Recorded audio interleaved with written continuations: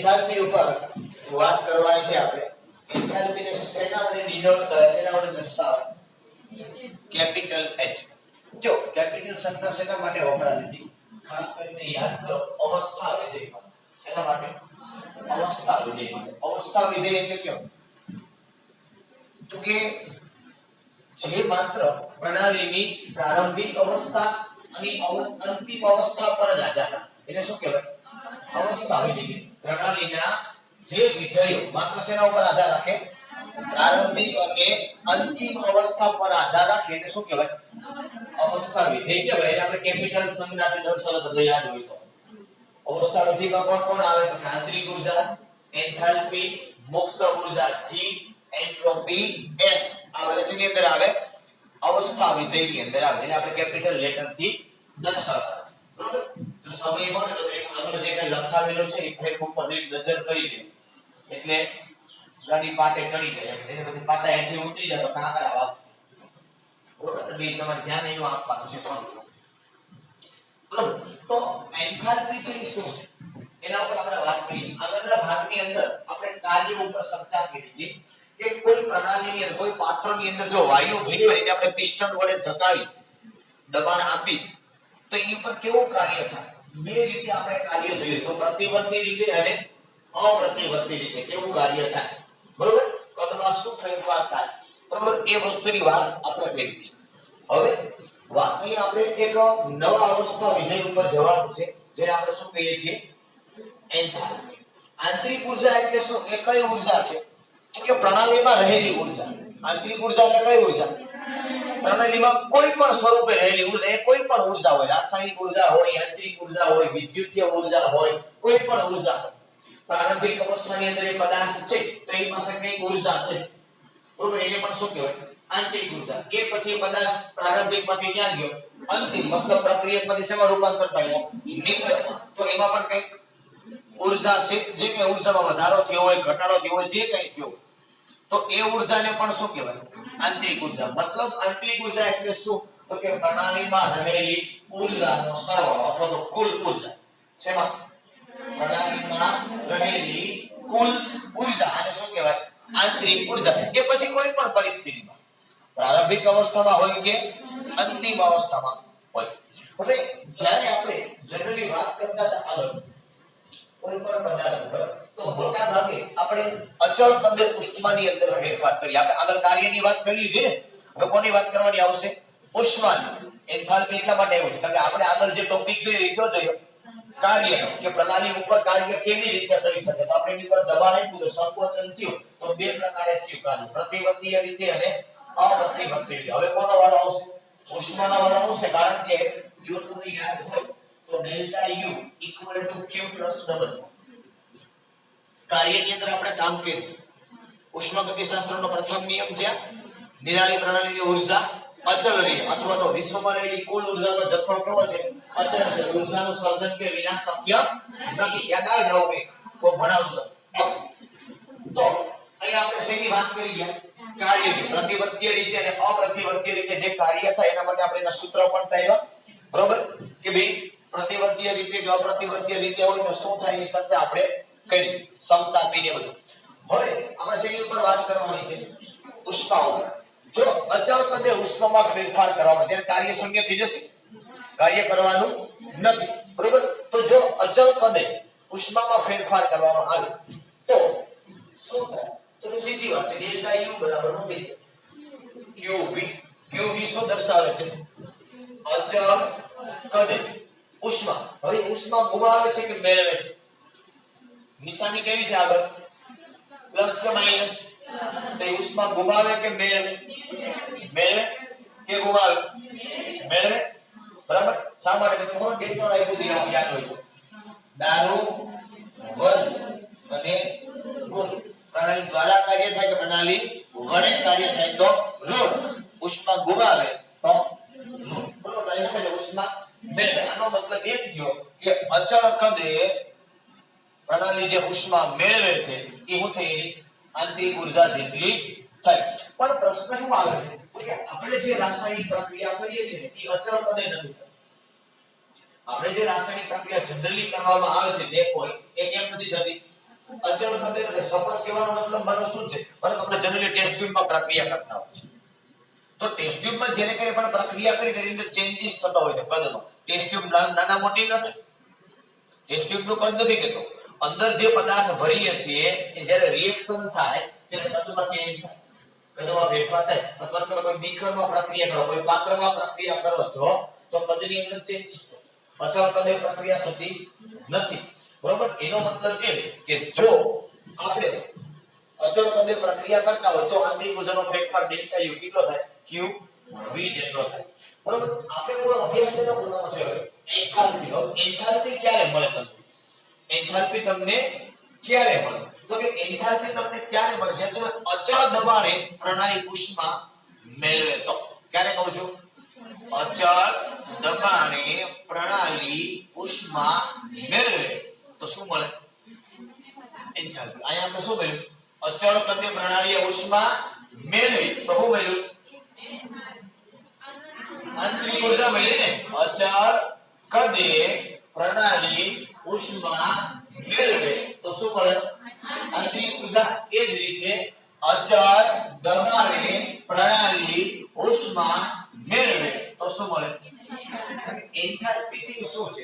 ખરેખર એન્થાલ્પી છે એ ગ્રીક ભાષાનો શબ્દ એન્થાલ્પીયન ઉપરથી આવ્યો છે. એના ઉપરથી આવ્યો છે એન્થાલ્પીયન. આ એન્થાલ્પીયન છે એનો મતલબ થાય ગરમ કરવું. શું થાય? અને એટલા માટે આપણે એને H તરીકે ડિનોટ કરીએ, દર્શાવીએ છીએ. જેના તરીકે કેપિટલ H હીટ. એન્થાલ્પીયન મતલબ ગરમ કરવું. ગ્રીક ભાષાનો શબ્દ. એટલા માટે શેના વડે દર્શાવીએ છીએ આપણે? કેપિટલ H વડે આપણે એને દર્શાવીએ છીએ. ક્લિયર? હવે જો તમારે એન્થાલ્પી જોઈતી હોય તો તમારે ક્યાં જોયું? શું જોઈએ તમારે? તો એન્થાલ્પી તમારે જોઈતી હોય તો ડેલ્ટા H બરાબર શું કીધું મેં તમને? QP. અચળ કદે પ્રણાલી, અચળ દબાણે પ્રણાલી ઉષ્મા મેળવે તો શું થાય? બરોબર? તો આનો મતલબ એક વસ્તુ આપણી પાસે છે શું? તો કે ડેલ્ટા U બરાબર Q W. તો ડેલ્ટા U બરાબર હું શું કહી દઉં? અચળ દબાણે છે એટલે QP. ઓ W એટલે શું છે? કાર્ય. W છે એવું છે. જો તમે દબાણ અચળ રાખી દેશો તો તમને જનરલી યાદ છે પ્રણાલી વડે જો કાર્ય થાય તો W - P external * delta V. યાદ કરો. તમે દબાણ અચળ રાખી દીધું એનો મતલબ હવે કદમાં કઈ થવાનું નથી. બરોબર? તો એના વડે કાર્ય કેટલું થાય? પ્રણાલી હવે કાર્ય કરશે ને. પ્રણાલી વડે કાર્ય થશે ને. જો પ્રણાલી વડે કાર્ય થાય તો શું મળે તમને? - P external * થાય કે ના થાય? તો W ને બદલે હું શું મૂકું? -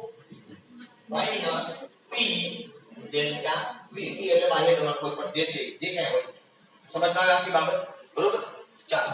તો ડેલ્ટા U બરાબર QP એટલે શું લખી નાખાય? Delta H minus P into delta. Delta H મારે જોઈતો હોય તો શું કરાય? અને આ બાજુ આવવા દેવાય. તો ડેલ્ટા H બરાબર delta U plus P into delta V. બરોબર? અને અહીંયા ડેલ્ટા ના મુકાય. હું કામ ના મુકાય? દબાણ કેવું છે? અચળ. દબાણ કેવું છે? દબાણ અચળ છે તો દબાણમાં ફેરફાર નહીં. માત્ર ક્યાં ફેરફાર થાય? કદમાં ફેરફાર થશે. પણ જો આની અંદર હજી હું તમને એવું એક વસ્તુ મગજમાં બેસાડી નાખવાની છે કે અહીંયા ડેલ્ટા H નું મૂલ્ય તમારે કેમ આપવાનું? સમજવા આખી બાબત સમજો. આપણે કોઈ પણ પ્રણાલી માટે આંતરિક ઊર્જા કેમ માપતા હતા? તો કે Q + W ઉપર. શેના ઉપરથી? ઉષ્મા ગુમાવે કે મેળવે. પ્રણાલી વડે કરે કે પ્રણાલી દ્વારા કાર્ય થાય તો શું મેળવતા હતા? આંતરિક ઊર્જા. ઓકે, મળી ગયું. હવે તમારે બીજું ભેગું શું માપવું છે? એન્થાલ્પી. તો એ કેમ માપવાની તમારે? તો કે એન્થાલ્પી તમારે માપવી છે. આંતરિક ઊર્જા છે પ્લસ ભેગું શું માપવાનું? P * delta. જે દબાણે કાર્ય થતું હોય એ દબાણ અને કદમાં જે ફેરફાર થયો હોય એ ક્યારની વાત કરું છું? પ્રારંભિક અવસ્થામાંથી અંતિમ અવસ્થામાં આવ્યો એ દરમિયાન શેમાં ફેરફાર થયો હશે? કદમાં જે ફેરફાર થયો હોય એ અહીંયા લખવાનું. આ બેનો સરવાળો. એટલે તમને શું મળશે? એન્થાલ્પી. હવે એન્થાલ્પી છે એમાં તમને કદાચ જો યાદ હોય આગળ ઉપર આપણે ભણી ગયા કે ડેલ્ટા H નું મૂલ્ય માઈનસ હોય તો પ્રક્રિયા ઉષ્માક્ષેપક હોય. જો તમને યાદ આવે અને જો ડેલ્ટા H નું મૂલ્ય કેવું હોય? પ્લસ તો પ્રક્રિયા છે કેવી હોય? ઉષ્મા શોષણ. તો પ્રક્રિયા કેવી થઈ જાય?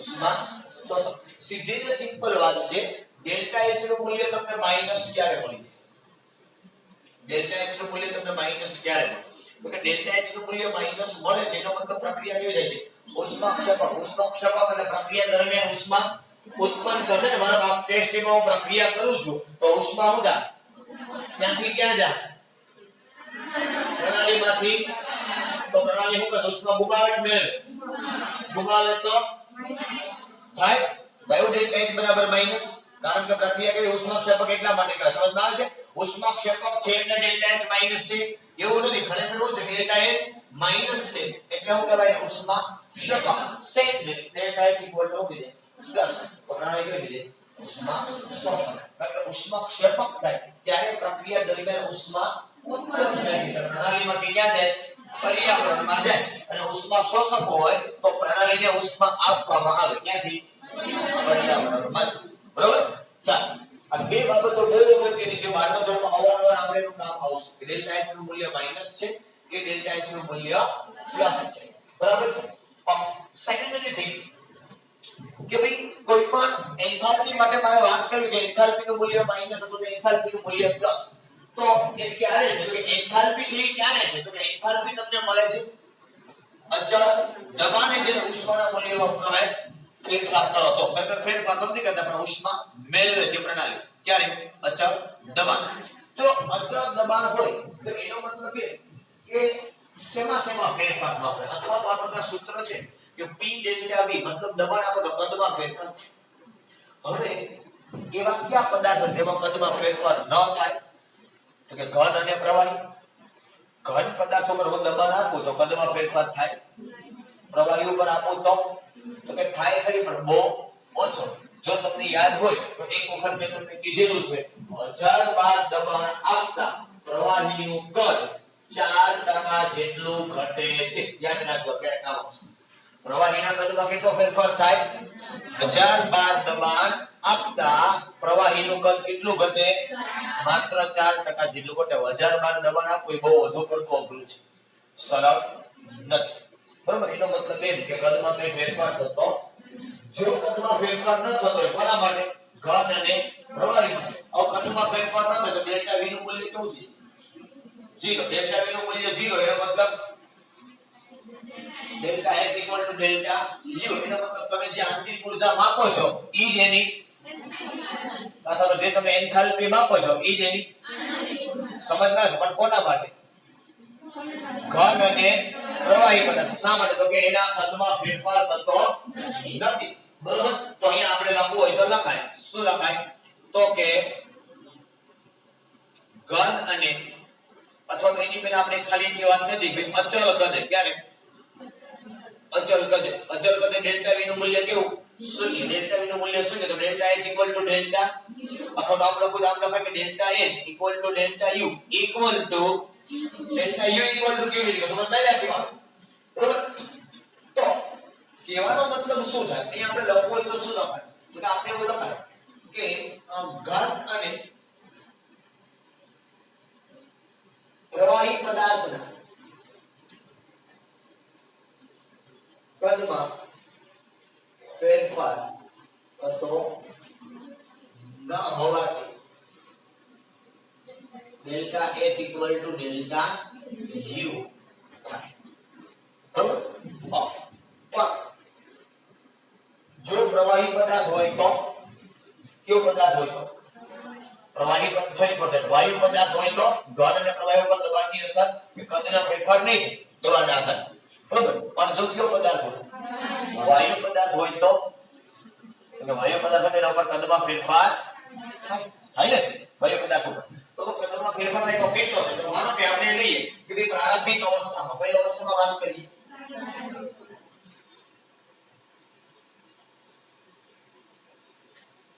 સાથે સાથે અહીંયા લઈ લઈએ ક્યું અંતિમ અવસ્થા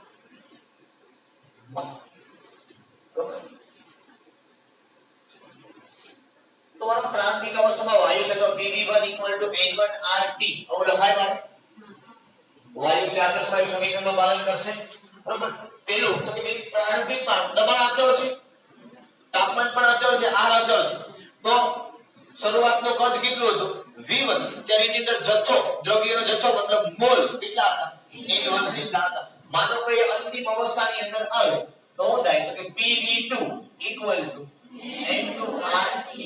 જો હું અંતિમ અવસ્થામાં તમારે ફેરફાર જોતો હોય તો શું કરવું પડે ભાઈ અંતિમ માઈનસ પ્રારંભિક ને તો આવું કરાય ના કરે કે pv2 pv1 n2rt n1 via p v2 minus equal n2 minus n1 into समझना जवाब एकदम क्लियर v2 minus v1 तो p into equal to n2 minus n1 delta n પણ આ માત્ર ને માત્ર કોના માટે છે વાયુમય પ્રક્રિયા માટે છે તો delta n g આ g stands for yes બરોબર r t જો આને હું સમીકરણ નંબર કેટલા આપી દઉં 2 તો p delta ને બદલે હું મૂકાય delta n g r t મૂકાય તો હું શું લખું અહીંયા કે સમીકરણ 2 ની કિંમત 1 માં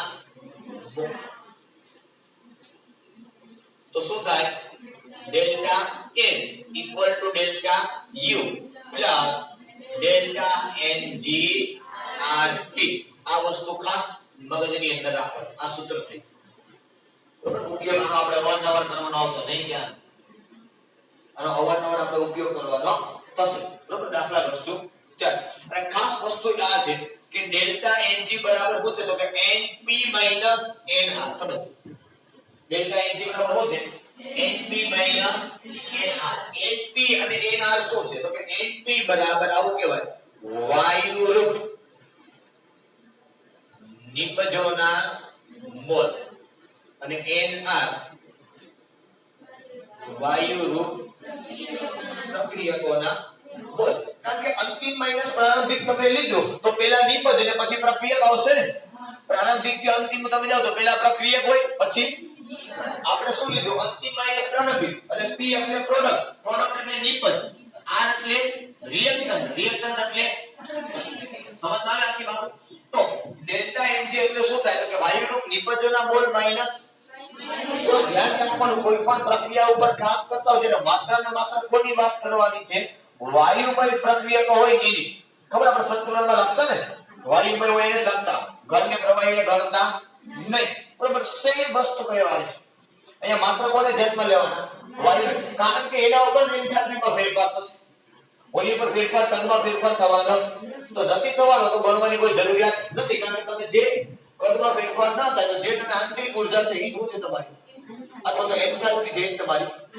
જે કંઈ આપેલું હોય તો ભલે નકર સૌથી પહેલા કોણ મળે તમને આંતરિક ઊર્જા મળે પછી એના ઉપર શું મળે તમને એન્થાલ્પી ઇઝ ઇટ ક્લિયર જોઈએ એક નાનો એવો એક્ઝામ્પલ તમને આપવામાં આવ્યો છે કેલ્ક્યુલેટ કરી આપણે શું આપ્યું છે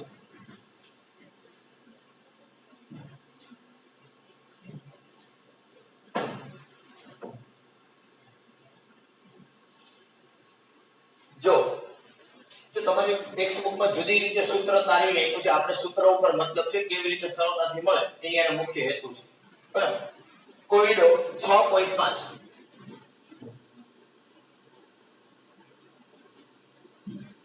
જો શું કહેવામાં આવ્યું એની અંદર પાણીની બાષ્પ સંપૂર્ણ વાયુ છે તેમ ધારવાનું છે પાણીની બાષ્પ છે ને કેવો ધારવાનું છે વાયુ છે એવું સમજવાનું એ પ્રમાણે આપણે કામ કરવાનું બાષ્પ છે 1 મોલ પાણીનું 1 બાર દબાણે 100 ડિગ્રી સેલ્સિયસ તાપમાન આપ્યું પહેલા કેટલું આપ્યું છે 100 ડિગ્રી સેલ્સિયસ તાપમાન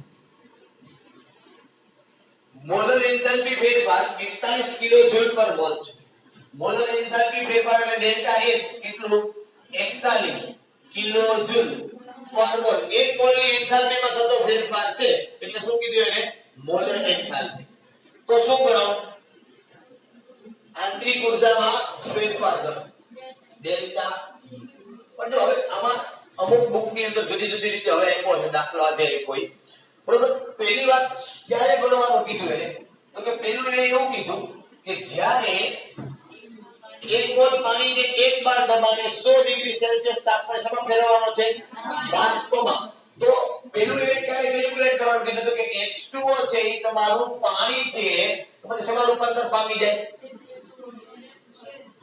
5 1 મોલ કીધું તો 1 મોલમાં રૂપાંતરમાં મેં પહેલી કન્ડિશન પહેલા આયા ગણવાનું કીધું બરોબર જુદી જુદી બુકમાં બે દાખલા આપ્યા છે બે વસ્તુ સમાન હવે જો આના માટે ડેલ્ટા H આપ્યો છે ડેલ્ટા U કરવાનો છે ગણવાનો હમણાં આપણે વેપર છે એટલે ડેલ્ટા Ng વાળું સૂત્ર લાગે બરોબર તો શું કરશું આપણે ડેલ્ટા H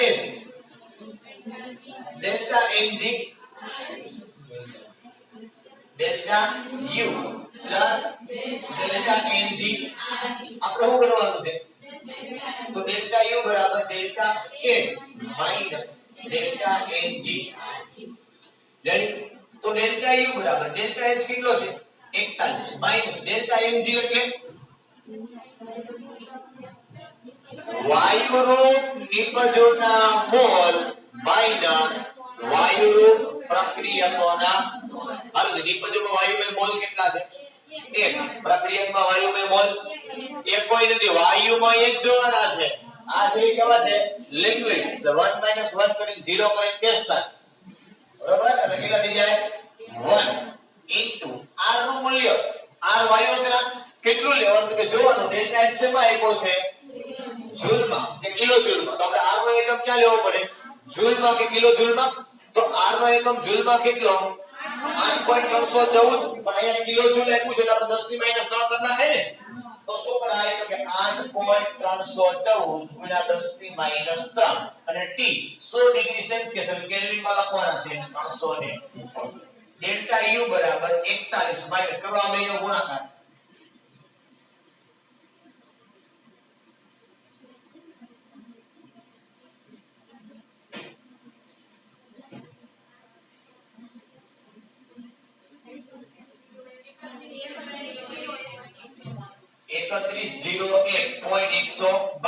ગુણ્યા 10 ની -3 હવે જો ડેલ્ટા U બરાબર 41 આને 1000 વડે ભાગી નાખો ભાગી નાખાય 1000 વડે તો શું થઈ જાય 3.101 હાલો કરો 41 માંથી 3 કાઢો 37.89 એકમ શું આવશે કિલો જૂલ પર મોલ રેડી આ હું મળી ગયું તમને ડેલ્ટા U બરોબર નવી બુક વાળાને આટલું જ હશે આથી વધારે નહીં હવે સેકન્ડરી બાબત બીજું એને શું કરવાનું કીધું છે બીજું ગણવાનું ક્યારે ગણવાનું કીધું છે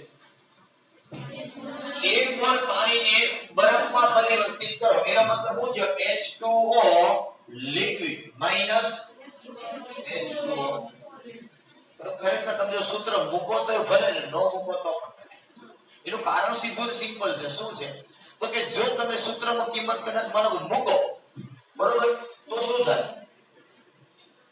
તો કે ડેલ્ટા H કેટલો થાય માનો સૂત્રમાં કિંમત મૂકો ચાલો ડેલ્ટા H બરાબર delta U plus delta Ng તો ડેલ્ટા U બરાબર શું થાય delta H minus delta Ng તો ડેલ્ટા U બરાબર ડેલ્ટા H કેટલો 41 માઈનસ ડેલ્ટા Ng કેટલો 0 અને 0 ગુણ્યા RT એટલે 0 તો ડેલ્ટા U બરાબર કેટલું થઈ ગયું સાદા આંટાનો નિયમ છે આપણી પાસે ખબર છે કે વાયુ પદાર્થ હોય તો જ કદમાં ફેરફાર થાય વાયુ ન હોય ડેલ્ટા H ડેલ્ટા U કોઈ ગણવાની કોઈ જરૂરિયાત નથી ને કદાચ આવું યાદ ન આવે તો સૂત્રમાં કિંમત મૂકી દે તો ઈ છે કોઈ જાતનો ચેન્જ આવશે નહીં તો 41 કિલો જૂલ પર મોલ રેડી ચાલો જૂની ને નવી ટેક્સ્ટ બુક બે ની અંદર દાખલાઓ તમારા આવી ગયા બે પ્રમાણે આપેલા છે ઓકે ત્યાર પછી આ ટોપિક ઉપર જઈએ શું આપ્યું છે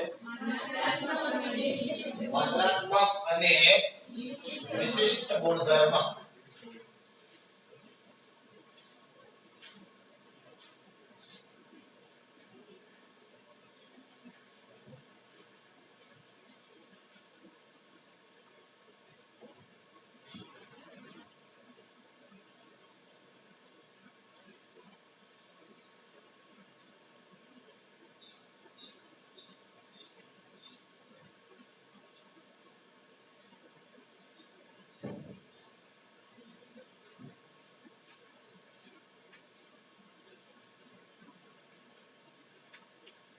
આ બંને પ્રણાલીના ગુણધર્મ છે જ્યાં માત્રાત્મક માત્રાત્મક અને વિશિષ્ટ ગુણધર્મ. હવે માત્રાત્મક એટલે માત્રા એટલે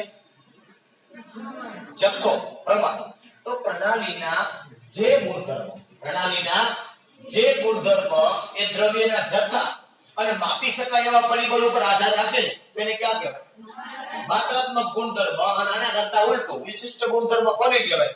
તો કે પ્રણાલીના જે ગુણધર્મ દ્રવ્યના જથ્થા અને માપી શકાય એવા પરિબળો પર આધાર ન રાખે તો આને કેવા કહેવાય? વાતાવરણ. વસ્તુ મુખ્ય છે. જોઈએ પહેલું જે કીધું છે વ્યાખ્યા આપણે લખી બંનેની અંદર, બરોબર?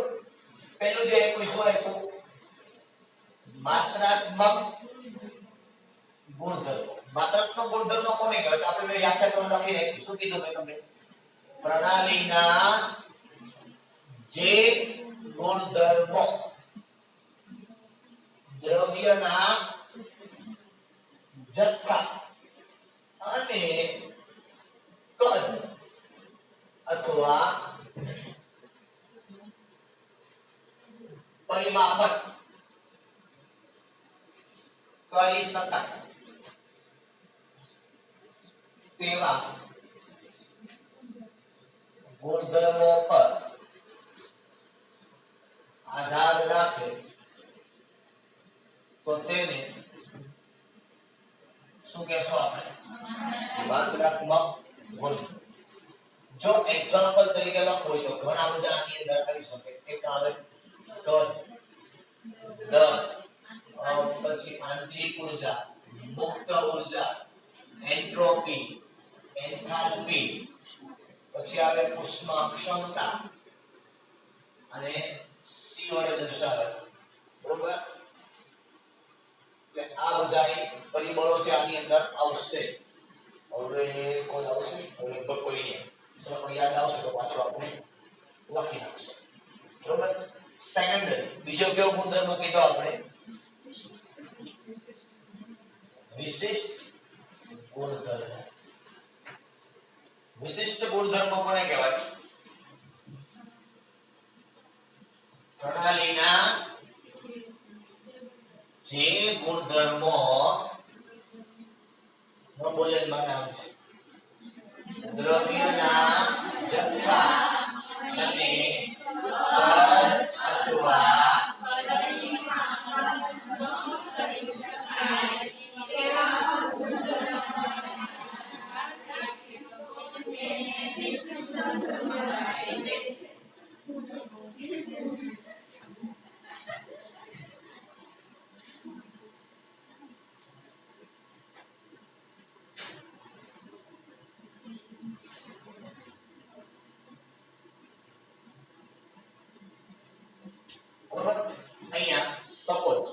એક્ઝામ્પલ આપણે લખવું હોય તો લખાય. ઘનતા, તાપમાન, દબાણ, મોલર ઉષ્મા ક્ષમતા.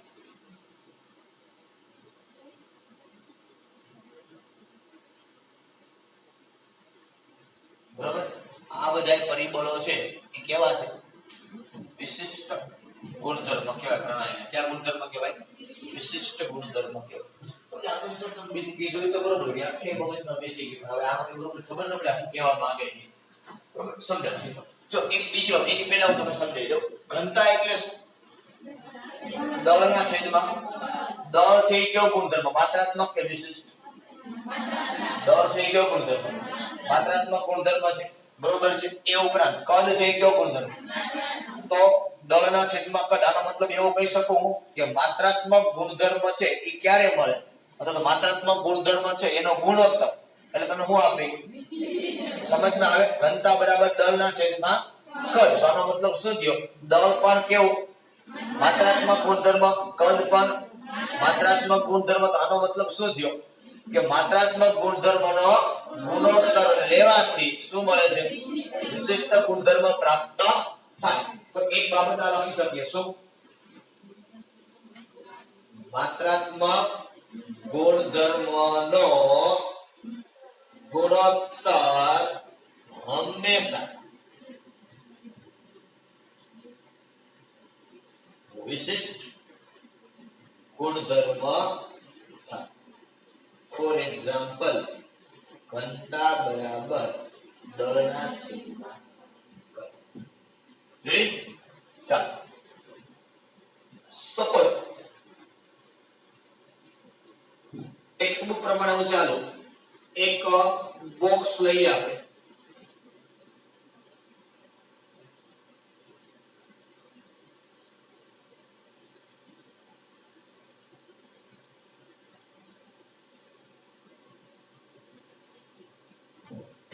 બરોબર?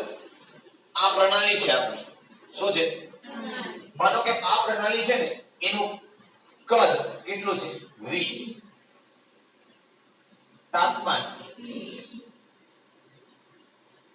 દબાણ, પ્રારંભિક અવસ્થા. સમજ. હવે હું શું કરું છું તો કે હવે હું આ કદ છે ને